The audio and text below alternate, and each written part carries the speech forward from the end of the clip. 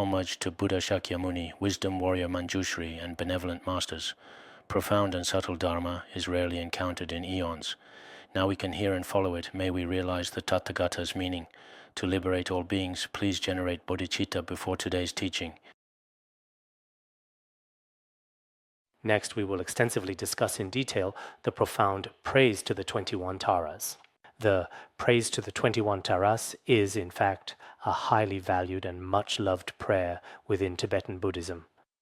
No matter which school or tradition one belongs to, it is regarded with great respect and is recited frequently by practitioners. Furthermore, in everyday life, there are many occasions when people sincerely turn to Tara, seeking her blessings and inspiration, relying on her compassionate presence and guidance in times of need or uncertainty to dispel various obstacles such as the 8 and 16 great dangers, and so on. Therefore, I firmly believe that in the foreseeable future, within the Han regions, we should actively promote the Tara practice through various effective means. The blessings of all Buddhas and Bodhisattvas are truly inconceivable. The immense power of miraculous medicine is also truly inconceivable, as is the profound power of magical arts. In this vast world, there are truly many inconceivable miraculous functions or subtle powers. In this profound way, everyone present here today should be sincere Buddhists at heart. And within Buddhism, there is no one who does not believe in the abilities, wisdom, and compassion of the Buddha. Everyone should have great unwavering trust and confidence. And since we truly trust deeply within ourselves, our daily actions and our sincere heartfelt faith are also very closely related together. If we never sincerely recite sacred sutras and never genuinely pray to the compassionate Buddhas and enlightened Bodhisattvas daily, even though they possess indescribable infinite power and precious blessings, if we ourselves do not truly aspire or engage in diligent practice, then we simply cannot obtain them. Whether one's spiritual practice in this world is good or not ultimately depends on the individual. The Buddha also said in the sutras, liberation depends on oneself. In fact, liberation always relies on oneself. Of course, this kind of liberation also requires the guidance of other spiritual teachers. At the very beginning, one does need the guidance of other spiritual teachers. It's very much like driving a car. At first, there's the driver. He should learn from other experienced drivers. After learning, how well you truly drive depends on your own skills and dedicated effort. In the same way, when we first start practicing, if we don't have the proper guidance of a spiritual teacher, we might not know, for example, about the Tara practice. Many people have seen images of Tara before, but perhaps have never truly and deeply understood in comprehensive and intricate detail what the Tara practice is truly and profoundly about. After everyone studies together, they realize, oh, actually, there are very profound and significant secrets here. It's the same principle with any truly miraculous remedy in the world. If it is not properly promoted or introduced, people may not necessarily come to know about its mysterious qualities. So I truly believe that everyone here should definitely work diligently to promote this in the future. But in order to effectively promote it, you must first practice it thoroughly yourself. If you haven't had any profound personal experience or a significant positive response, then it will be quite difficult to genuinely promote it to others. Yesterday, I attentively listened to the women's group beautifully recite the complete Chinese version of the Praise to Tara. They recited it very well. I wonder how the men's group will recite it today. But yesterday, before the class even started on the men's side, I noticed something interesting. There was a large, impressive group preparing here. But just now, when I looked, I didn't see a single person. Still, perhaps in a little while there will be a considerable number of people, and I am quite sure they will be able to recite even much better than the women's group. Anyway, no matter what the circumstances, I will wait for a little bit, and I will recite a dependent origination mantra for you, and then sprinkle some blessed rice as a special blessing. No matter what, it's like this. But in the future, how should we go about spreading the blessings and words of the Buddhas and Bodhisattvas? Everyone should also carefully and thoughtfully reflect on the most effective ways to promote the Dharma. It is often the case that many people, only after diligently gathering various strengths and diverse efforts together, can truly achieve significant success. This is certainly not merely the isolated result of the singular efforts of just one or two people. The praise to Tara has only 21 verses, and on the surface, it seems very simple. But in reality, throughout the long history of Tibetan Buddhism, it truly holds a deep place in people's hearts. The sacred Tara practice, one could truly say, is very deeply rooted traditionally there. Everyone can easily recite Tara's powerful mantra, and everyone regularly offers heartfelt prayers. I often wonder why, even now, in modern Tibetan area, such precious and invaluable Dharma is still preserved and maintained. This Dharma is truly a spiritual elixir most needed by humanity. Actually, whether it's food or other material products, in today's highly globalized modern world, these things are not particularly lacking anymore.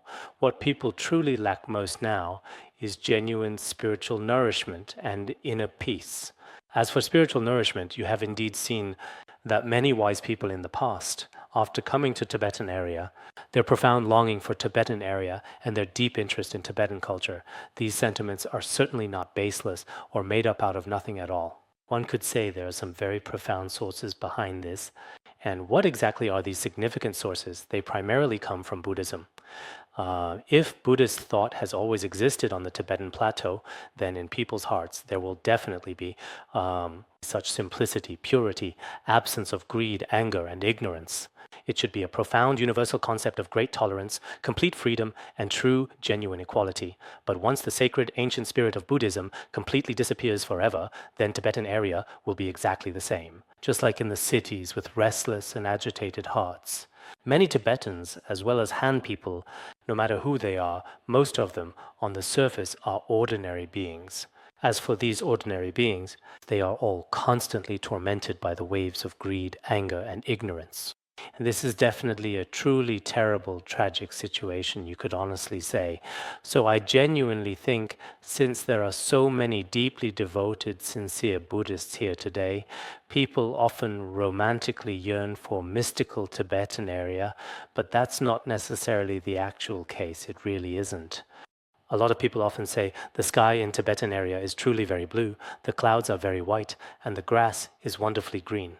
But these things aren't unique to this place. They're not absent elsewhere either. These are not the most important things. What is most important? It's the essence of Buddhism, especially the core of altruistic bodhicitta, which has been preserved in Tibetan area all along. Just like Nalanda Monastery in India back in the day, and all the other holy sites in India, there truly was an exceptionally profound Buddhist spirit. It is precisely because of this that scholars from various countries around the world traveled there. This includes Chinese monks like Tang Seng and Faxian who went there to seek the Dharma. Later, I often ponder and reflect upon how many individuals they truly benefited. Some dedicated lay practitioners and revered monastics from this very place also journey to Tibetan area. First, they themselves gain the understanding of Mahayana Buddhism. Then, they truly and profoundly influence the people around them. Each individual person is not like a solitary pine tree standing alone on a desolate mountaintop. A person is not unique and solitary. It's not like that. There should be family members, colleagues, friends, and cherished loved ones around each and every person. So, if you truly possess the profound wisdom and the illuminating fire of altruism, then you can't help but shine. The radiant light of Mahayana compassion will inevitably radiate everywhere, illuminating all. At such times, it's not very difficult for us to influence the world. I hope that after coming here, everyone will make aspirations wholeheartedly. At the same time, you should also know that on the surface, the Tara practice seems especially simple. Of course, here we are only talking about the 21 Taras. In fact, the Tara practice appears in every Tuma and in the liturgies as well. There are so many different and truly varied texts, including the praises to Tara that we are discussing now. I am only explaining the outer meaning, speaking from the literal sense. Actually, each verse can be explained according to the generation stage, according to the completion stage, or according to the methods of Dzogchen. Even within Dzogchen, it can be explained according to the mind class, the space class, and also according to the principles of the unsurpassed heart essence tradition. If a single verse is thoroughly explained according to the profound teachings of each and every vehicle, then the comprehensive content of just one verse is indeed extremely vast. For example, the praise to Tara can be related to the 4 activities of pacifying, increasing, magnetizing, and subjugating. When we want to use it, to practice it, there are many different liturgies. Within these liturgies, each Tara has her own mantra. Each of these mantras connects to one of 4 activities: pacifying, increasing, magnetizing, or subjugating. At this point, the visualization sequence becomes extensive, but since we're just beginning to promote Tara practice, I'll keep it simple and share more stories with everyone. Because many people enjoy listening to stories, I've noticed that about 70% of people are story-oriented in their disposition. Why do I say this? It's not that I think your faculties are lacking, but every time I tell a story, everyone is wide-eyed and completely absorbed. But as soon as I get into much deeper, complex topics, people immediately start dozing off completely. So I genuinely think, since so many people are genuinely interested in engaging stories, I'll use a much simpler approach to explain things clearly to everyone. If there's an opportunity in the future, then I'll carefully translate and share much more of Tara's other sacred traditional practices gradually over time. If we interpret them as certain advanced esoteric tantric practices specifically, then it gets even deeper. We can start from the simple literal meaning, and there are also many inspiring teachings within them. What we're actually talking about here today is, as I previously mentioned the other day, the very important topic of we're praising through the peaceful form divided into 6 smaller sections. We've already covered everything up to the 5th section. Now, we have arrived at this significant section that thoroughly praises the complete destruction of the deluded and misguided wheels of others. This particular part constitutes the 6th and final subsection of our detailed discussion. Homage to the mother who powerfully subdues others, who utterly and completely destroys the wheels of delusion of all enemies, with her right leg gracefully bent and her left leg fully extended, effectively subduing them, blazing with fierce, roaring, and intense flames. Among the revered 21 Taras, there is indeed one specifically called the Mother who subdues others. She is also known as the Tara who destroys enemies, or the Tara who eliminates adversaries. She is like this. This Tara here is widely praised for truly surpassing all others. Whether it is formidable adversaries, malevolent demons, or indeed all kinds of challenging obstacles and significant hindrances, through the profound compassion and immense power of Tara, all of these can be completely and utterly subdued. As for the means by which she subdues, generally speaking, for sentient beings who are deeply ignorant and completely unaware of the path, she uses her profound compassion to gently tame them. If there are certain beings who are especially stubborn and incredibly difficult to transform or enlighten, she then manifests a very fierce and powerfully wrathful form.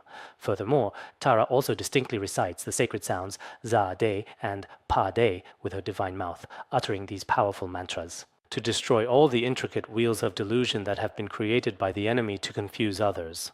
All the deceptive weapons used to confuse others will be systematically destroyed one by one. Here on Za is actually a powerful mantra for purifying samsara, the cycle of existence, and Pa is a mantra for attaining pure nirvana, a state of ultimate liberation.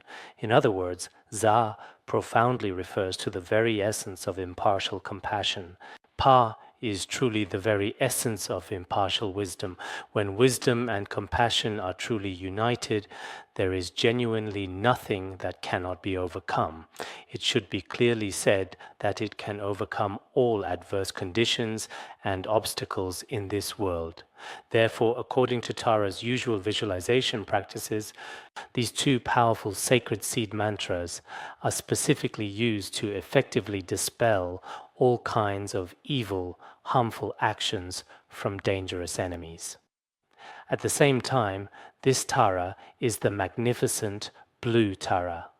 This beautiful blue Tara, her entire dynamic posture is with her right leg bent and left leg extended, powerfully subduing all external enemies. Moreover, she is currently within the blazing, intense flames of a raging fire. Although her appearance is peaceful, she manifests this way in order to destroy enemy armies and to eliminate various worldly, adverse conditions such as destructive hailstorms, devastating wars, terrible plagues, and many other calamities by relying on Tara's fierce protective fire. All of these can be completely burned away. So when we encounter particularly frightening obstacles or adverse conditions, it is extremely beneficial to frequently visualize Tara with sincere devotion. If you are able to visualize her entire form, that is, of course, excellent. If you cannot visualize her entire form, then visualizing just one aspect, such as green Tara, is also acceptable. Because this particular Tara, the subduer of others, possesses the very same hand mudras as she had before. Her right hand is gracefully positioned in the gesture of supreme giving, and her left hand should be holding a sword. Indeed, there is a clearly visible sword resting on top of the beautiful lotus flower. This powerful wisdom sword can completely sever the very deep root of all ignorance and wrong views of others. She abides within such fierce protective flames, and all external obstacles can be completely dispelled, including some difficult obstacles that sometimes arise in the modern world. All of these can be effectively dispelled through her divine power. In the past, in a forest in India, there were 500 monks and nuns. During their rigorous practice sessions, they later encountered significant disturbances and malevolent interference from external demonic entities. After this profound disruption, many of the devoted monastics began to display inexplicable and truly crazy behaviors, as well as possess speech, uttering strange words, and other such unsettling phenomena. At that time, there was an elderly monk among them who recalled some words from his teacher. The teacher had clearly said that whenever you might encounter significant obstacles or profound suffering, you absolutely must meditate on Tara. So he diligently began to practice according to his teacher's precise instructions. As a direct result, during his earnest prayers, Tara truly appeared within his vision. Following the instructions given above, they hung many images of Tara throughout the entire forest. As a direct result, when these evil, malevolent demons looked carefully at the entire dense forest, they didn't see any real people anywhere, only sacred protective images of Tara, so they couldn't cause any harm whatsoever. Therefore, in our ordinary daily lives, we actually often encounter various obstacles and adversities in our daily practice. To be honest, whether it's in our personal work or life, there are times when things are not smooth. Praying to Tara is indeed the most profoundly effective and remarkably swift way to receive abundant blessings.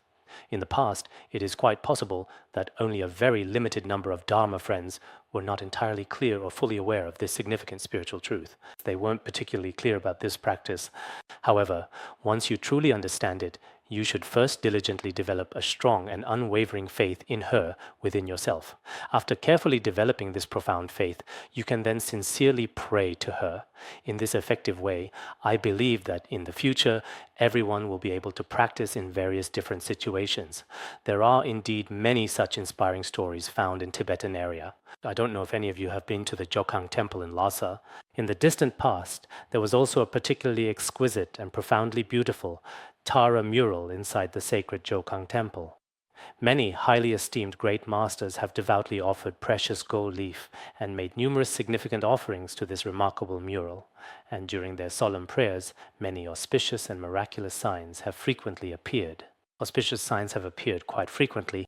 It is widely said that Phagpa also made sincere offerings to this revered Tara. At that significant time, he carefully placed the kata below as a respectful offering. When he gently placed it below, Tara herself clearly spoke and said, "It would be best if you offered the kata directly, not placed it on the ground." There are such stories in history as well, and these are all very reliable historical accounts. If we refuse to acknowledge all historical records, including the official histories from the Han region, in the end, no one would recognize any of them. Even what we are doing here today, whether it's attending a lecture or things we've done in the past, after some time, all of this will become history. If we also deny this history, it really doesn't make sense. It seems that in the Han region, stories about Tara like this are not particularly common. For example, many eminent monks and great masters in Tibetan area initially practiced Tara. In places like Taiwan, Tara was promoted relatively early. So in those places, there are actually quite a lot of related stories, especially in places like Taiwan, including Kaohsiung and Taipei. In many areas, young people are particularly fond of practicing Tara. because there are so many stories. Some people, after a breakup, recite Tara's mantra, and after a while, things in various aspects of their lives start to improve. Some factories had already gone completely bankrupt, and after the unfortunate bankruptcy, it was also through Tara's blessings that they gradually found a good path. There are indeed many such phenomena. These are truly not just mere stories. If they were all just stories, maybe a few people would think, that was just how things were said in the past. Does it still happen now? Could it possibly be that Tara's current practice is now outdated, or perhaps it simply doesn't work effectively anymore? Absolutely not.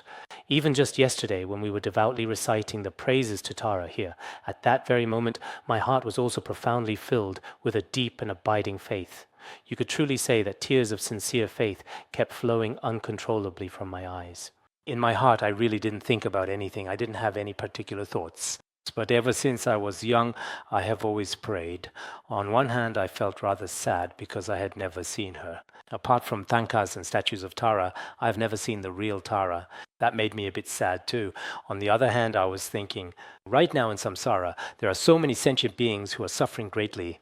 We must pray and ask for Tara's blessings to come. For those sentient beings with a karmic connection, we should continue to help relieve their suffering. Actually, everyone here attending this teaching today should be considered very fortunate.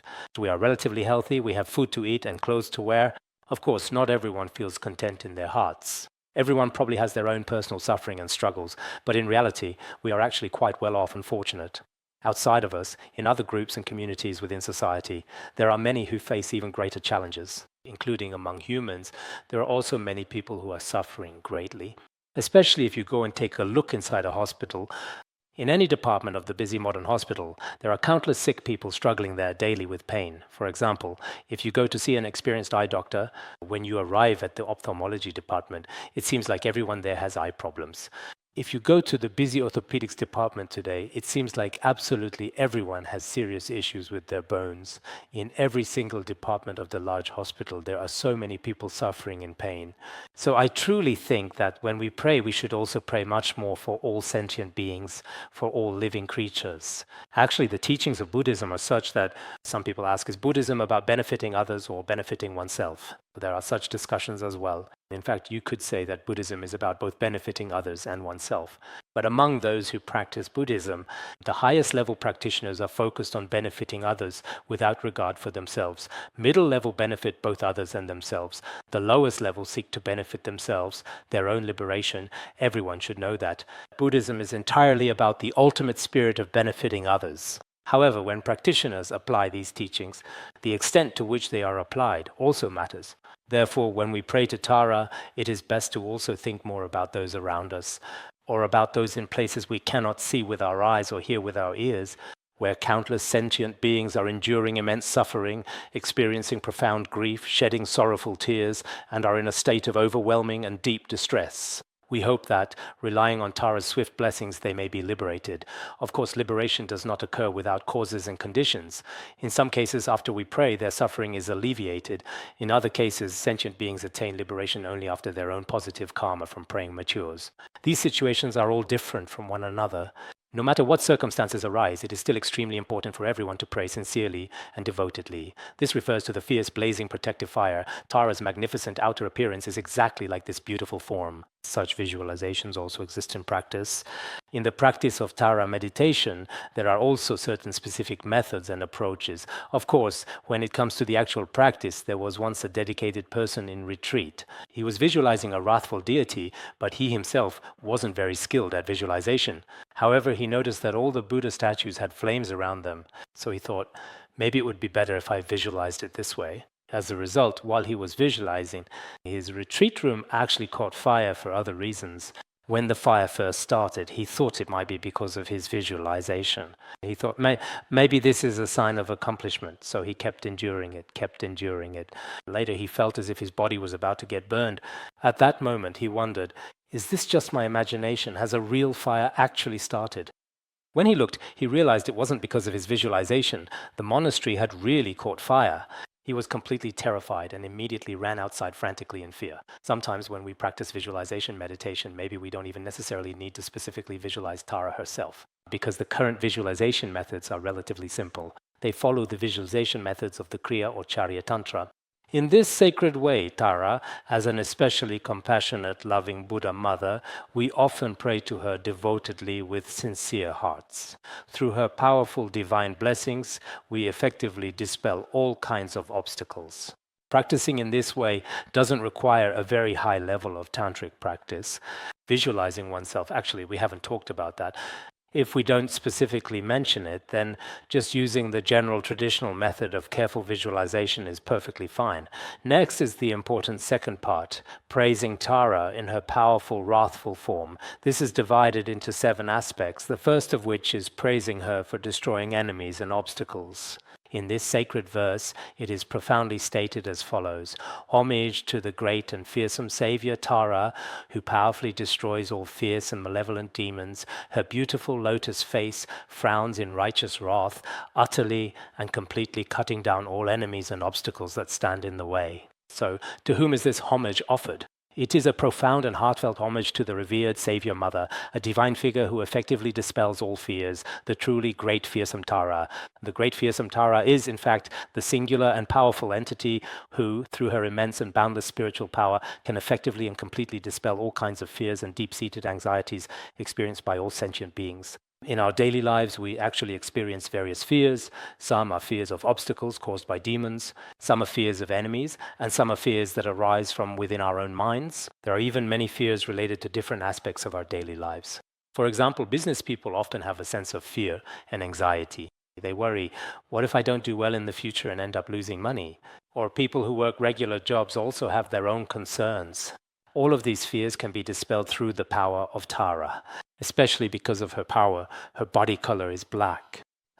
In her sacred right-hand banner, there is a powerful blazing Vajra fire burning brightly within. Here it is specifically described as being bright red, which is also entirely acceptable today. Yes, it should indeed be red, as her very own radiant body color is also red. She is able to completely destroy all kinds of fierce and dangerous worldly demons effectively. Originally, in her peaceful form, she has a beautiful lotus-like appearance. But in front of certain powerful beings who are truly difficult to tame, she sometimes appears with a noticeable frown.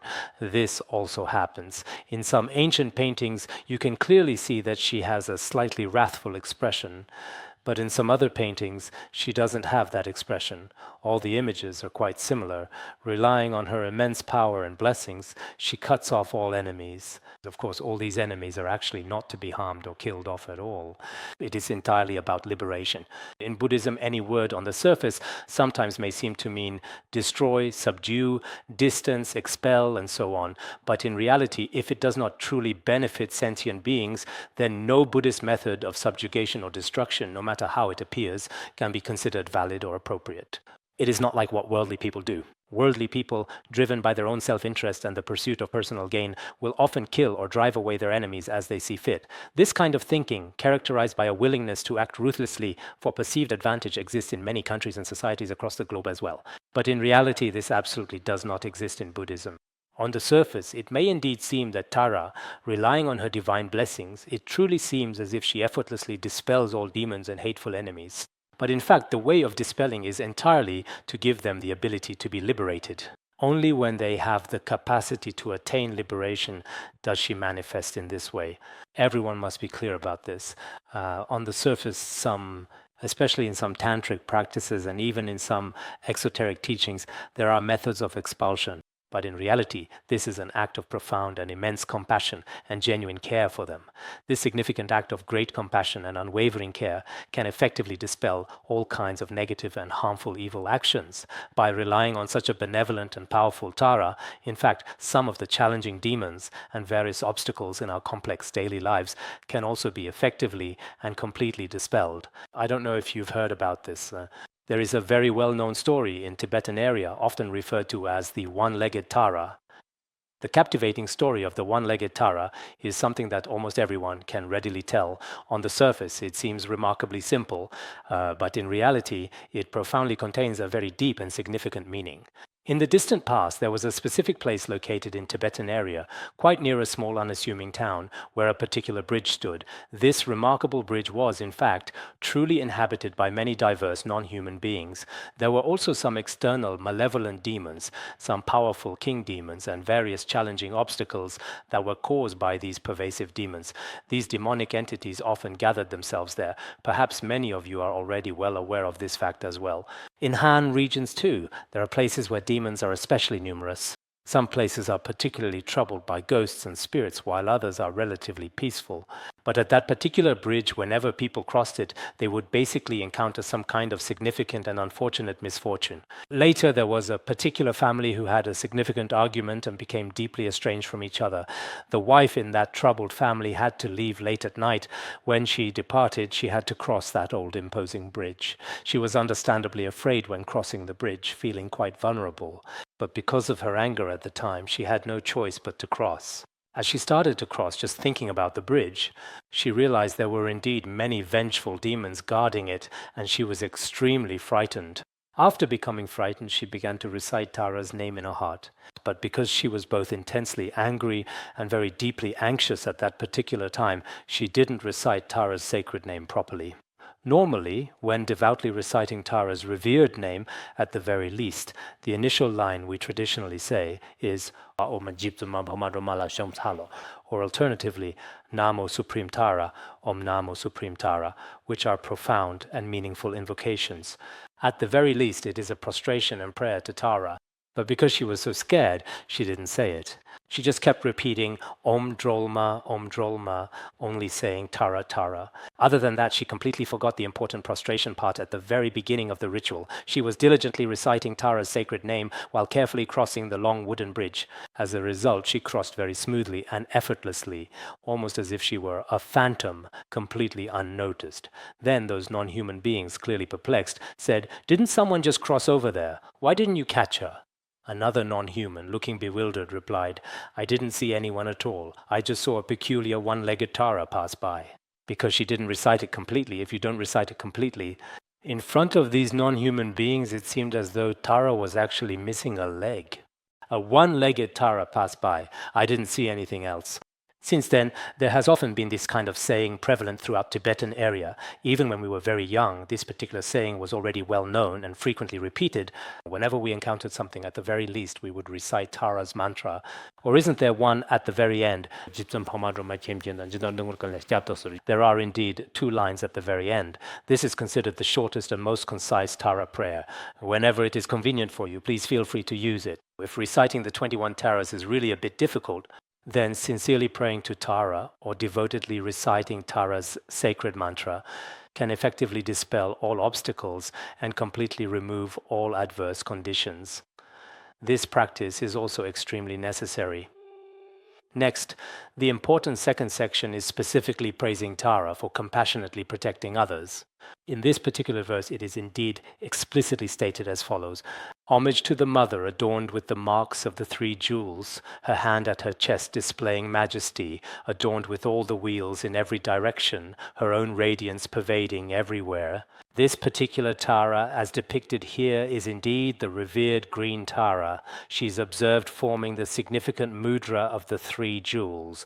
Her right hand is gracefully positioned in the gesture of supreme giving, while her left hand is held at her chest. This specific mudra, commonly referred to as the 3 jewels mudra, is a symbolic gesture that we frequently encounter and recognize. Tara's delicate ring finger and her gentle thumb carefully hold the slender stem of a beautiful lotus flower.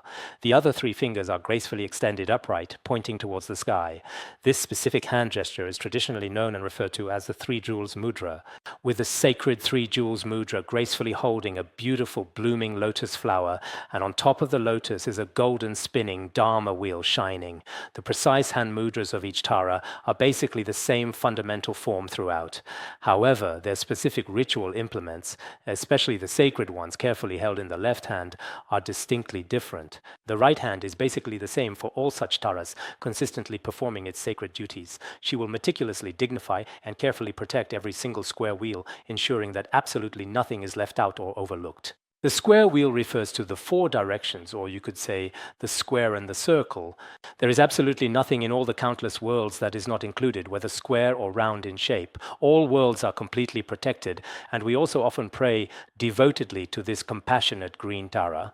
Now, in many beautiful sacred thankas, what we clearly see is that on the lotus petals, if there are no other symbols, it is also green Tara.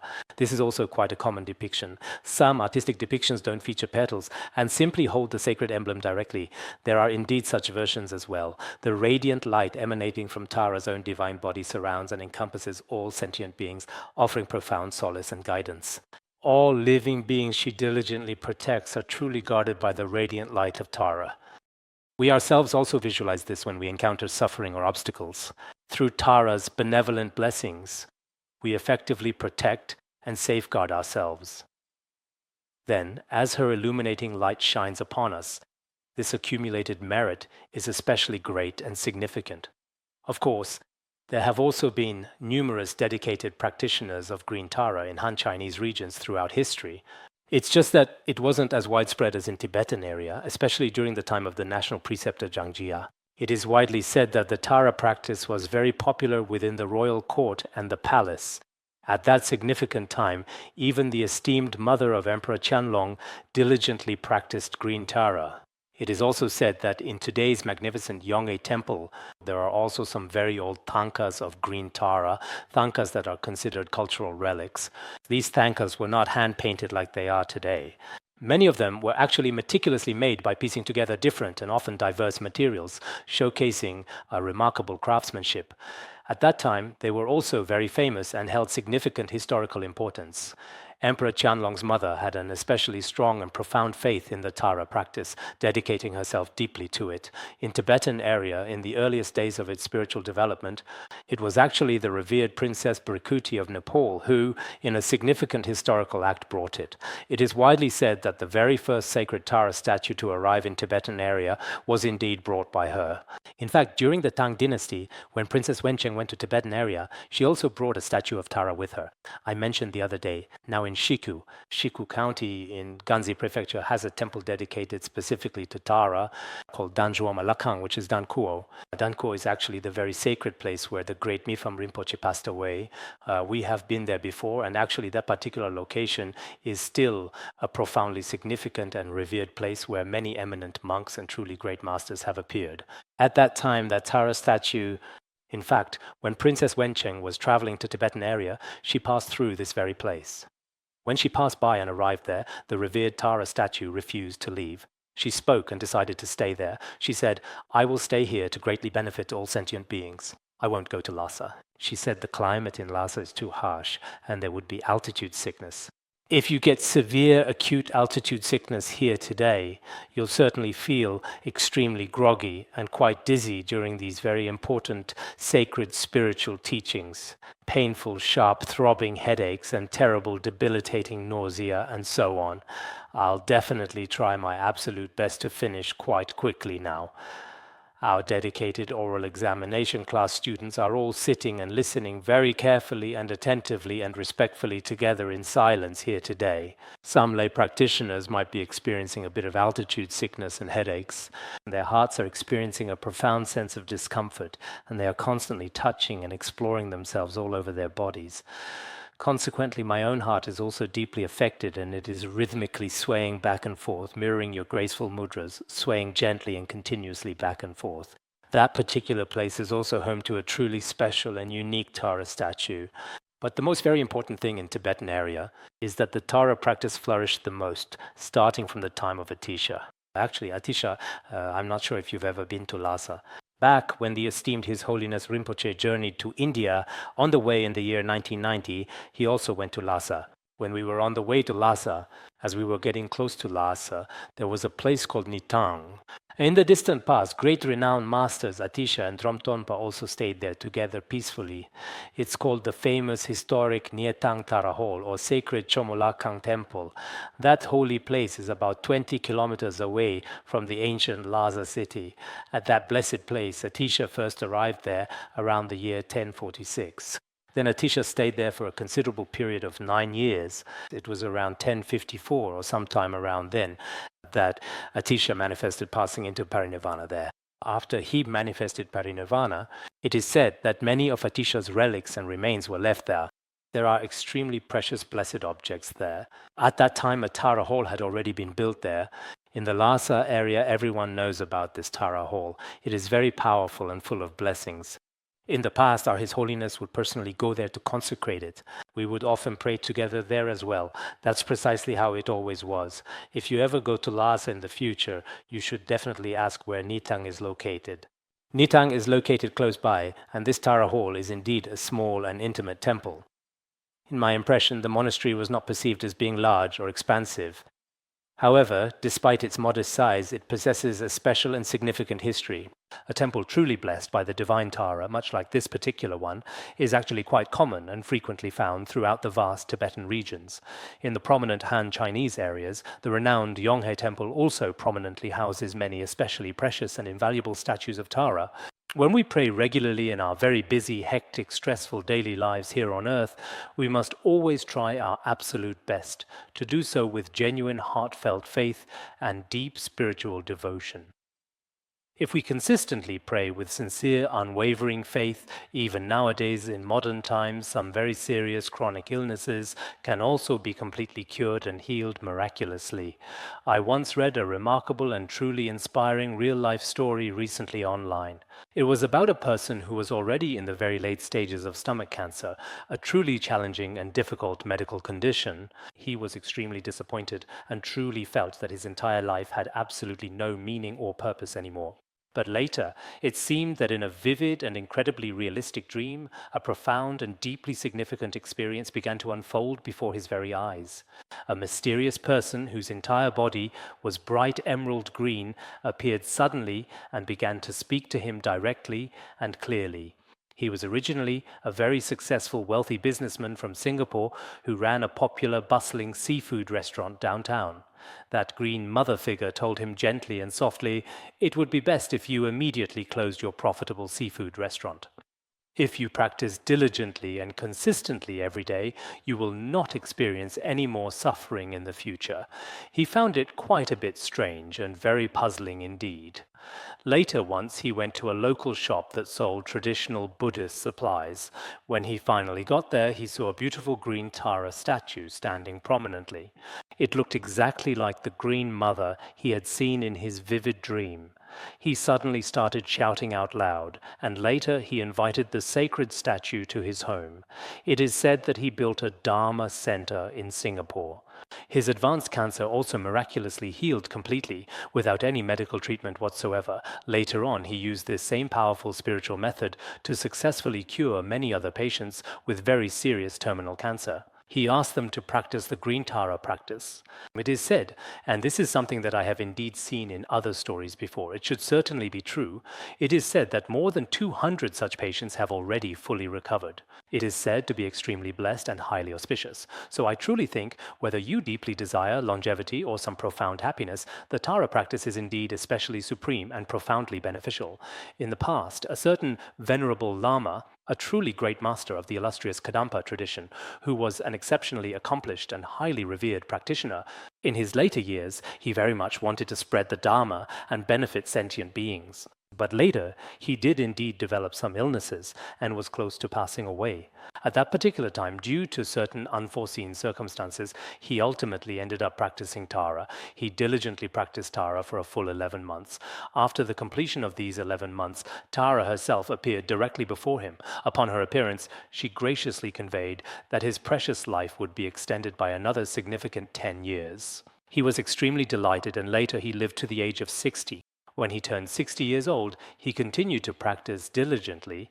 Then he again had visions instructing him to paint sacred tankas of Tara and to make statues. In this way, repeating the practice over and over, he lived all the way to 95. Indeed, there are some individuals in the world today who are very much concerned about achieving longevity, accumulating wealth, ensuring family happiness, and so on, among other things. For ordinary people, these things are indeed quite significant. These are truly major matters for them. But when we talk about the liberation in future lives, they tend to think, well, I'll deal with that when the time comes. Now, having a good family and a better life feels so wonderful. In this way, the blessings of all the Buddhas and Bodhisattvas are truly inconceivable. Everyone should recite the praises of Tara. With her truly radiant and immense power, she can profoundly help us effectively eliminate all kinds of formidable obstacles. Of course, for those individuals who possess unwavering faith, they will undoubtedly and truly experience these profound things. If you have absolutely no faith at all, then naturally it will be quite difficult indeed to proceed with progress. Next up, I would really like to talk about and thoroughly discuss the third very important key main point in great comprehensive detail with everyone here today. It is the highest praise for successfully subduing all evil demons and all sentient beings in the entire world with pure, compassionate gentleness, kindness, and divine love. In this verse, homage to the joyful and powerful mother, adorned with truly radiant garlands upon her magnificent crown, whose joyful laughter and sacred resonant mantra sounds effectively subdue all malevolent demons and troublesome beings throughout the entire world. This refers to paying homage to the joyful and powerful mother. The joyful and truly powerful mother possesses untainted joy, profound happiness, and great bliss. With her immense power and profound virtue, she truly liberates countless sentient beings from suffering. So, what is the most special, unique characteristic of this beautiful divine Tara? The radiant golden garlands adorning her ornate sacred crown are extremely rare and truly magnificent beyond any description. Moreover, the laughter she emits, generally when Buddhas and Bodhisattvas laugh, it is always when it truly brings significant benefit to all sentient beings. According to some authoritative sources related to the divine Tara's laughter, her laughter includes distinct sounds like ha-ha, hey, hey, and huo, each resonating with profound meaning. These kinds of laughter are actually what we often recite in the mantra. This sacred mantra has the divine power to peacefully pacify and completely subdue all the hordes of evil demons in the entire world, and all including, for example, Indra, Brahma, powerful kings, and high ministers, all sorts of different people in the world. So if we truly want to, which all the worldly obstacles and demonic hindrances cannot destroy you. All these worldly gods and all sentient beings, if you truly want to genuinely help them and effectively guide them to liberation, first, you absolutely need to win their hearts. If you can't win their hearts, it may be quite difficult indeed. If you want to win their hearts, then you must earn their trust and affection. If you yourself lack a certain power and virtue, it will be very difficult. Even within a family in the world, if you truly lack the inherent charm to genuinely attract others, or perhaps the natural ability to truly draw them in and engage them, and you keep arguing with them, they will only drift further away from you. Even if you want to help them or want them to stay, it may not necessarily happen. But if a person possesses such authority and virtue, then at that time, naturally, just like busy bees are naturally drawn to beautiful, fragrant flowers, all sentient beings will naturally gather around us. At this special time, benefiting others through the sacred Dharma is not very difficult. When we sincerely pray to Tara, we often receive Tara's powerful divine blessings, including what she wears on her body, as we mentioned before. To us, she appears very dignified and majestic. Her outer appearance is adorned with golden and silver treasures, which are the ornaments of the Sambhogakaya. This is also a profound symbol of great blessing. If we possess unwavering faith and the right conditions, we can definitely experience such a powerful and positive response. I remember in the biography of Longchenpa, though I can't recall everything, I've forgotten some parts. But in the biography of Longchenpa, while Longchenpa was relying on his teacher, he moved houses several times. Later, the local people even expelled him from their community. After being expelled, he wrote some songs of renunciation at the foot of the mountain. Then he went to another place and seemed to have met a wise geshe. This geshe also went out to beg for alms, demonstrating his humility and dedication. He said, "If I can just get a simple bag of barley through alms, then I will be content." He planned to go into retreat in a certain cave. Then Longchenpa said, "I was just thinking of going there for retreat as well. Why don't we go together?" As a result, after they had successfully arrived there, many truly favorable conditions arose. Their essential food supply for the arduous retreat was no longer a problem. Every day he diligently taught the esteemed Geshe the ornament of clear realization. They had meticulously planned to make a solemn vow to stay in secluded retreat there for a full 8 months. But by the 5th month, one particular day, whether it was the early morning or the late evening, I cannot quite remember the precise moment clearly. At that significant time, in the profound vision of Longchenpa, a radiant emanation of the revered Tara appeared, a youthful 16-year-old maiden gracefully riding a magnificent horse, adorned with all kinds of exquisite coral, shimmering agate, and precious gold and silver treasures. A maiden, perfectly and beautifully decorated in every conceivable way, appeared gracefully before him. Then Longchenpa, with deep reverence, began to pray, saying, "O Holy Mother, I am so truly delighted to see your divine presence here today. Please, I humbly request you to bestow your benevolent blessings upon me." As a result, the emanation of Tara, the 16-year-old maiden, took off her precious Buddha crown and respectfully handed it over to Longchenpa. After carefully giving it to Longchenpa for an entire and significant month, she remained in that state. He remained continuously in the realization of the inseparability of emptiness and bliss. From that significant moment onward, Tara would consistently appear at the most crucial and pivotal moments of his various activities and endeavors. I think for all the Dharma friends present here, you should also... I remember I once printed some images of Tara, but at that time I didn't really talk about their merits, so you might not have felt anything special about them. Also, last year I made a card. I think that particular card was easy to get. It was widely distributed at that time, wasn't it? Was it actually given out? Yes, it certainly was. If you happened to receive this item, it's quite possible that you didn't give it much thought or attention at all. As I have just mentioned, at that particular time, the highly revered and esteemed Venerable Longchenpa seemed to remain in a state of inseparable emptiness and bliss for about a month. And everything he did was with Tara's help, spreading the Dharma and benefiting sentient beings. It seems that even his subsequent and significant meeting with Guru Karma Rangjung was also clearly prophesied by Tara, isn't that right? It should be, yes. When you have some available time, please consider opening the profound biography of the Venerable Longchenpa. I genuinely believe it is truly essential for many individuals to consistently and regularly practice Tara. In the past, our His Holiness also very often said that within our institute, for example, when some truly challenging and adverse circumstances appeared, or when there were widespread outbreaks of devastating epidemics, at those critical times, everyone would diligently practice Tara together. This profound and unifying practice would often happen even in ordinary everyday times, demonstrating its consistent and enduring importance. Therefore, now, in our contemporary daily lives, we should unequivocally affirm that consistent spiritual practice remains profoundly and exceptionally important for our well-being and inner peace. Some worldly people just the other day I saw, when was it that I saw this? There was a worldly person who said that she especially liked to frequently recite Tara's mantra. Why was this?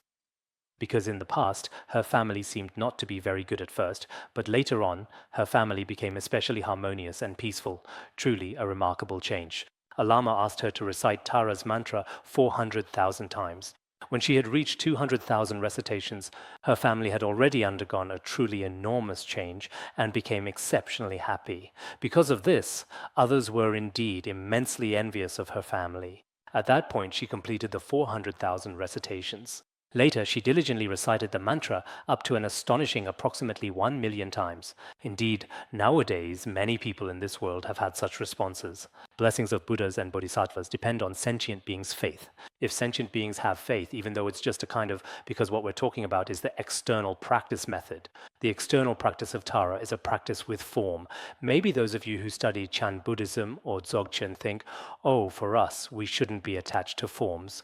We say this, but in reality, sometimes it is necessary to be attached to the appearance of virtuous practices.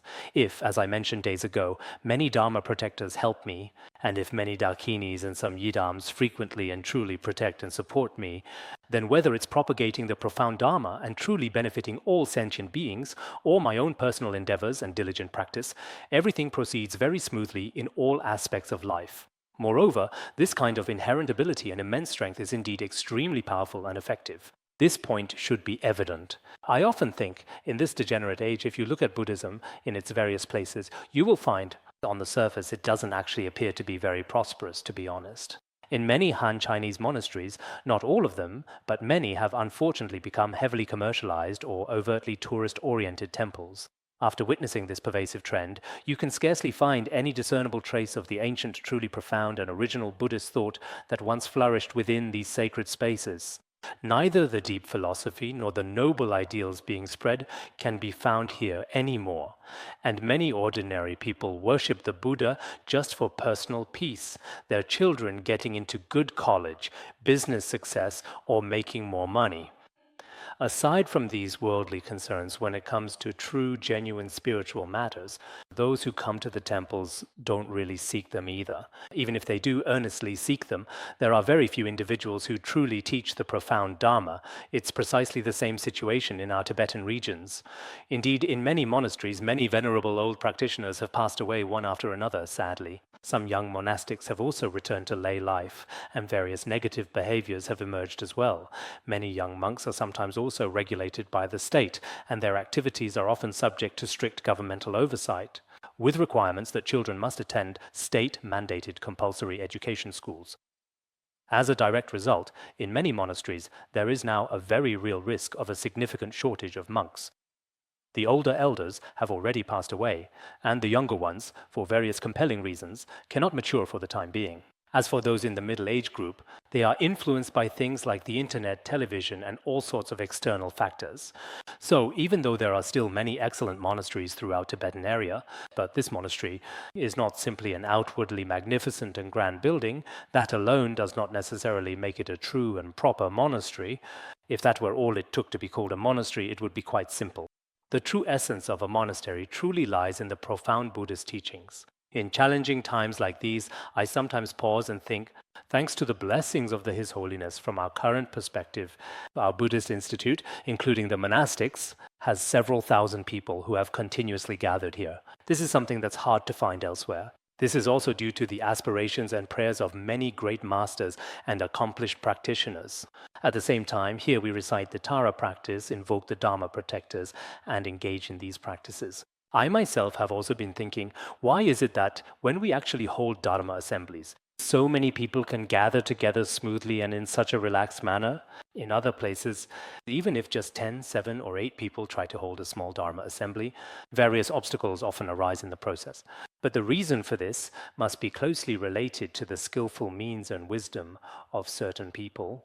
If many people in our institute were not skillful or lacked expedient means, and if they were entangled with politics, economics, or many other aspects, it might not be possible to sustain this for a long time. At the same time, apart from people, there are also certain yidams and dharma protectors, as well as Tara, Avalokiteshvara, and the inconceivable power of many Buddhas and Bodhisattvas, including Padmasambhava and some powerful forces in the degenerate age, such as extremely powerful and compassionate summoning activities and so on.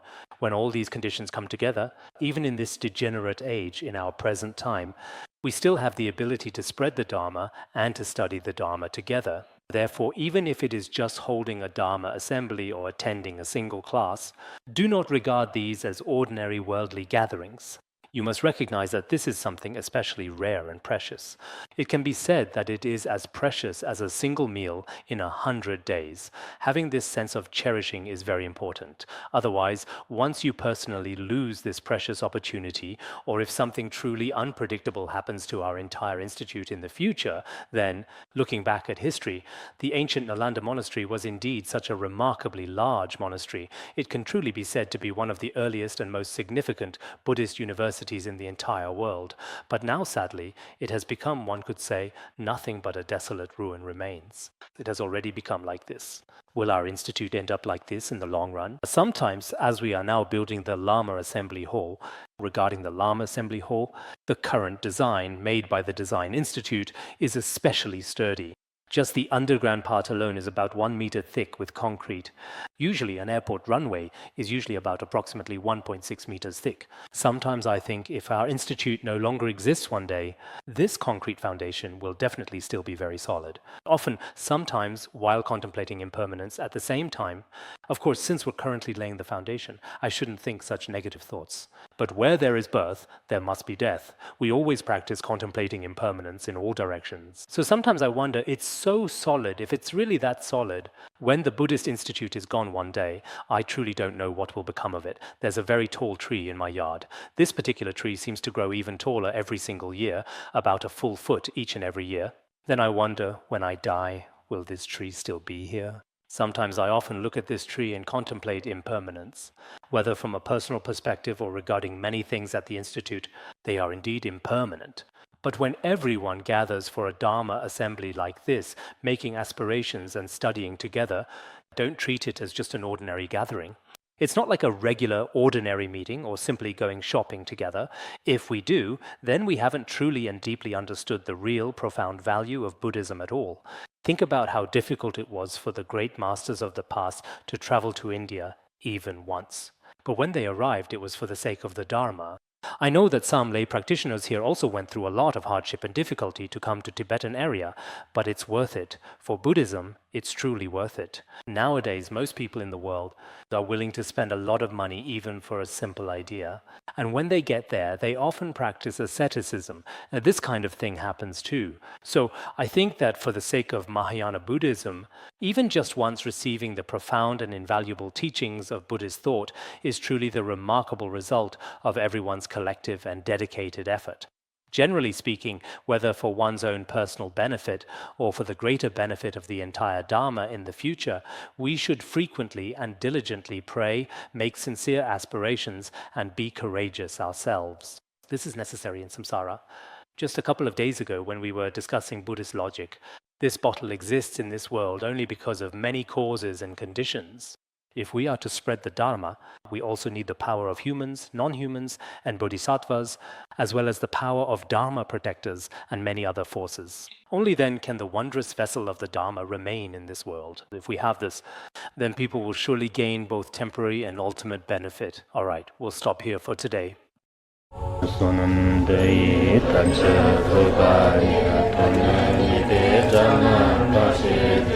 Kirgana jirano chupai chupun sonen droa droa bandrangara badna asadarda bandrangara badna asadarda bandrangara badna asadarda